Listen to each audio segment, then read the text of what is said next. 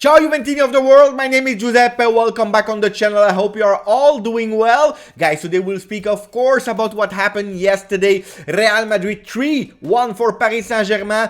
Football won according to all the fans of the world, except of the Paris Saint-Germain fans. That's a fact. We'll speak about that with Karim Benzema with a hat-trick that qualified the Spanish team to the next round. We'll speak about Leonardo and Nasser that didn't accept yesterday losing and being eliminated after all the money that they spent. They went into the locker rooms. Mamma mia, what they did was shocking. Shocking. Also, the rest of the video, because we'll speak about Paulo Dybala. All the front pages of Italy, Gazzetta dello Sport, Tuttosport, Corriere dello Sport, they are speaking only about one man, and unfortunately it's our man, our number 10, Paulo Dybala. Guys, we'll speak about Mercato. Mercato starts to be really hot. And of course, all the names that you are hearing yesterday, today, and tomorrow, they will not all be possible, but we'll speak about them because I can guarantee you Juventus is thinking in big. Summer 22-23 will be big. Juventus has the intention to reinforce the team more than the last years, and that's really special, so remain on the channel,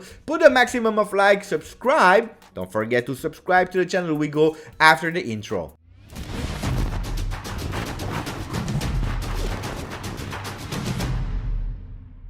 Before going into Champions League, if you're asking yourself where is the library is gone. Guys, this is white. At the moment, it is empty, but I will try to do my best to have a really beautiful and new background. We are going in that new era. Why? I already told it yesterday during the live. I will just do a demonstration and then we go to the news of the day. It's because I needed a bit of depth. Depth, why? Really easy. Because some of you convinced me that maybe the Scudetto was possible, and if the Scudetto should be possible, I should be able to go back and to go again in the front to celebrate as much as I can. I will try to do that, guys. Now we start with the news of the day. We start with Champions League. Marca who's saying esto es el Madrid. This is Real Madrid. Yes, this is Real Madrid. I want to add something. I was seeing Real Madrid going to the next round because of their history. Real Madrid is a big team. It's a big team, and don't and never expect Real Madrid out of the Champions League because it is their competition. It is what it is. We continue with l'équipe punie par le roi, punished by the king, King Karim Benzema. Yes, yesterday they were punished and they paid a lot. And the big tax. Even Mbappe that did a really great game, it was not enough to save Paris Saint-Germain. They collapsed after conceding one goal. Why did they concede? Because of mistake of the other Italian goalkeeper in their history. You remember Buffon versus Manchester United, that big mistake that they did and disqualified Paris Saint-Germain for the next round. Happened the same yesterday with the first goal conceded by Donnarumma. What a big mistake. Some will probably say yes, it was a foul from Karim Benzema on him. Other one will say no, there was no foul. It's just a contact of game, like can happen with every other player on the field. He was out of the small box, so there is no foul. Yesterday, L'Equipe, they put him a 2. 2 in Pagella. The rating of Donnarumma is a 2. That's a lot.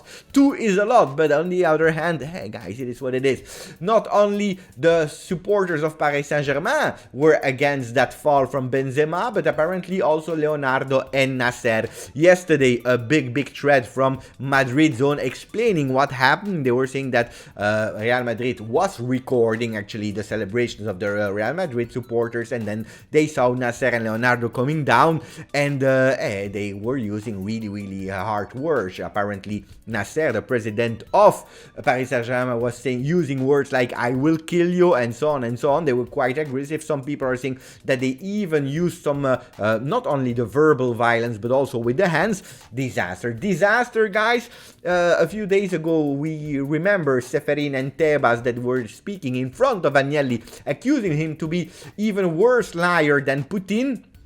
Agnelli, our president, with a lot of classes that I will not even respond to this kind of accusation. Today you see the real face of the people. Sometimes they come out. I'm really curious to see that video. Hopefully it will leak one day. Let's focus now on Juventus. Juventus with Paulo Dybala that is doing all the front pages. I already told you in the intro. Yes, exaggerating. I will show you one paper, the second, the third, and even a fourth paper, and every time it is from worse and worse and worse. The worse papers that are using to actually clickbaiting what happened really in reality. So Gazzetta dello Sport is saying Dybala segnali d'addio. Dybala signs of goodbye with the la valigia. He has the baggage in his hand. He's ready to leave Juventus with the hand in the air saying goodbye to everyone. Hey guys, it is an interpretation, but with the words they are quite mild, I have to admit, because if we go to Corriere dello Sport, Dybala scaricato. Juventus gave up on Dybala. They don't care anymore. They dumped him. Ciao ciao Dybala.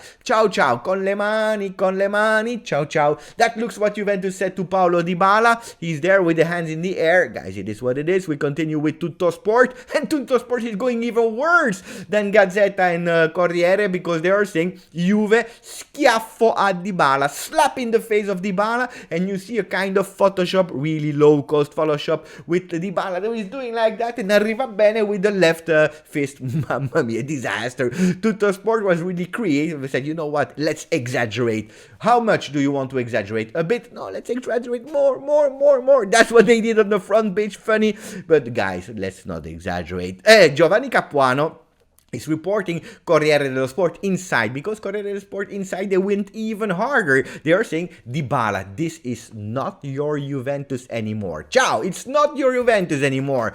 Guys, exaggerated. So let's see why all these papers are speaking about Dybala and exaggerating one more than the other. It's because inside Tutto Sport they calmed down a bit. They took a Malox tranquilli. They said Juventus decided the summit, the meeting between Juventus and the agent of Dybala will be after the break. Normally they should have met today. Remember, early afternoon they should have met. Would not have been the decisive one, but it would have been the meeting that would open for a decisive really soon, with Juventus going with a non-negotiable offer for Paulo Dybala. Take it or leave it. Then they could have thought about it and come back with an answer. This meeting will be postponed after Villarreal, after the break. Why? Don't asking to me. We already spoke about it. These are kind of we are doing scenarios in our head, maybe because they want to see if he recuperates from his injury, maybe they want to see if he has some offers or not, but the signs are saying that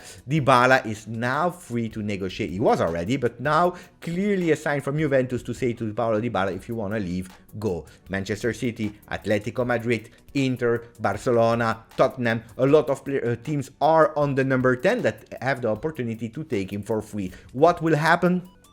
Anthony will have to pay a bit more the hotel, because he will have to stay until the end of March to have that meeting. And now we speak about Mercato. We love Mercato. Chelsea man, Jorginho. Juventus is really interested in Jorginho, the Italian guy, the Italo-Brazilian guy that is playing at Chelsea since a few years. He won Euro 2020. He's about to come back in Serie A. He wants to come back. A lot of people are saying he's old because he's 30, and that's not the project of Juventus that wanted to go with profiles like Gravenberg, that is a lot younger, or whatever, but 30 is too old. Where about the rejuvenation? What about the strategy? Guys, it's not because you take one old player that you are saying goodbye to your strategy. Remember, Andrea Pirlo, he was 31 when he joined Juventus. Sacrilege! Let's not compare Jorginho with Andrea Pirlo, but just in terms of age. And Andrea Pirlo, but a lot of players. Look at yesterday, Karim Benzema. He's a bit older, but he's still giving everything that he can do. Are we for him, yes or no? I still need to decide. But Mohamed El Shahali, El Tactico, our great friend that is managing the Telegram group, he was writing yesterday that Jorginho is feeling flattering about the interest of Juventus. Massimiliano Allegri, our coach, that you don't see the picture anymore at the moment. I will bring it back, the picture of Allegri that you all love. I know that. He has put him on his priority list. He really wants him after 4 years of EPL, Premier League. He wants to go back, and he can come back to the Italian giant. The request numbers by Chelsea are still okay. It can be a green light, and Giovanni Albanese yesterday he said, pay attention for Jorginho. It really can be a possibility, not only Jorginho, because we know that at Chelsea there are a lot of things. Juventus is also interested in Pulisic, in Hakim Ziyech. I know that a lot of people told me about Ziyech, pay attention, and Rudiger for free. Now there is a problem, guy. There is a problem because it's beautiful to dream about Jorginho, Ziyech, and all these players, Pulisic, and so on. The other problem is that from today, FIFA, UEFA, they said to Abramovich, the owner of Chelsea, that they can't do any commercial actions anymore for Chelsea because we know that Abramovich is Russian, and they said stop. They banned him from doing any commercial. They can't sell shirts anymore. Ciao, it's over. They can't sell tickets for the fans to see the games. It's over. Until when? We don't know. They can't even do transactions on the mercato. They can't sell players. They can't buy players. Disaster. I don't know about politics. I don't know if it's right, wrong. I have no idea about it. I just report what has been said. But even for traveling, they are not allowed to spend a lot of money. Only they can pay the salaries to the players. They can travel with a limited budget. So ciao, the 5-star, they will go in a Airbnb. I don't know. Really strange what's happening there with Chelsea. Normally they can't even sell. So that means that in the summer, Juventus will not be able to buy these players that they are dreaming of.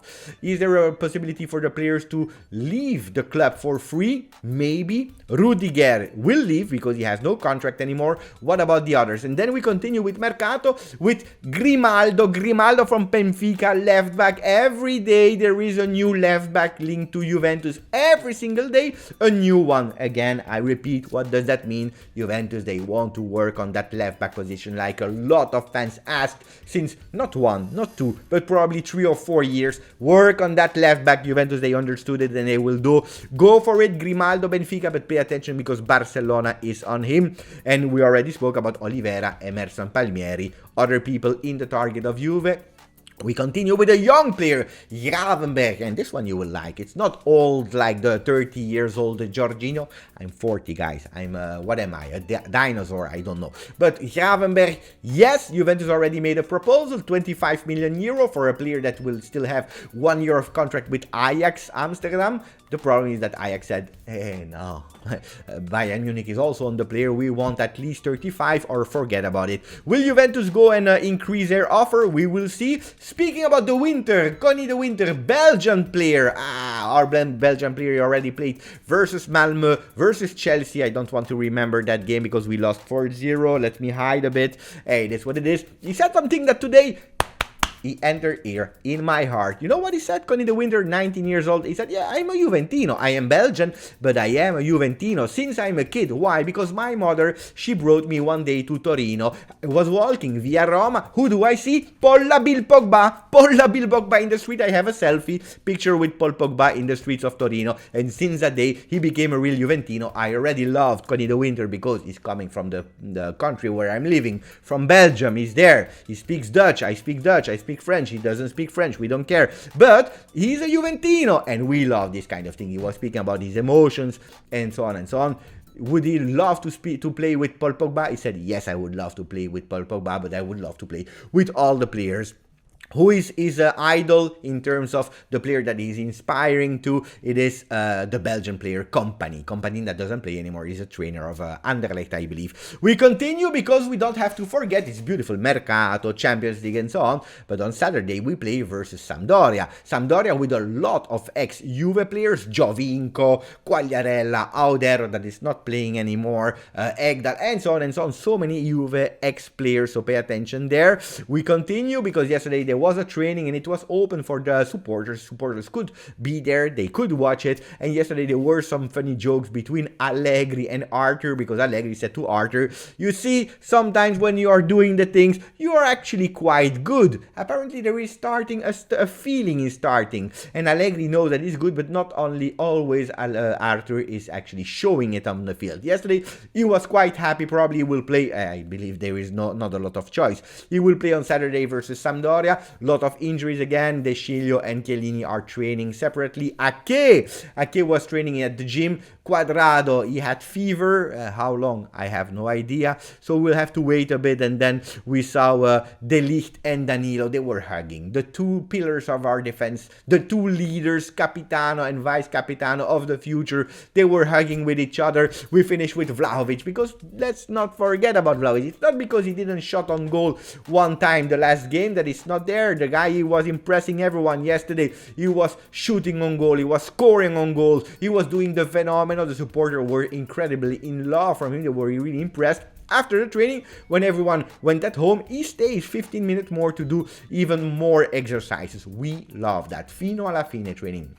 Guys, this was it for the video. I hope you enjoyed what you see behind me. The screen I will try to fill it up. I will try to do some things today. Let's see if I'm able to or not. But you will see more and more things coming up in the back. Thank you. Forza Juve.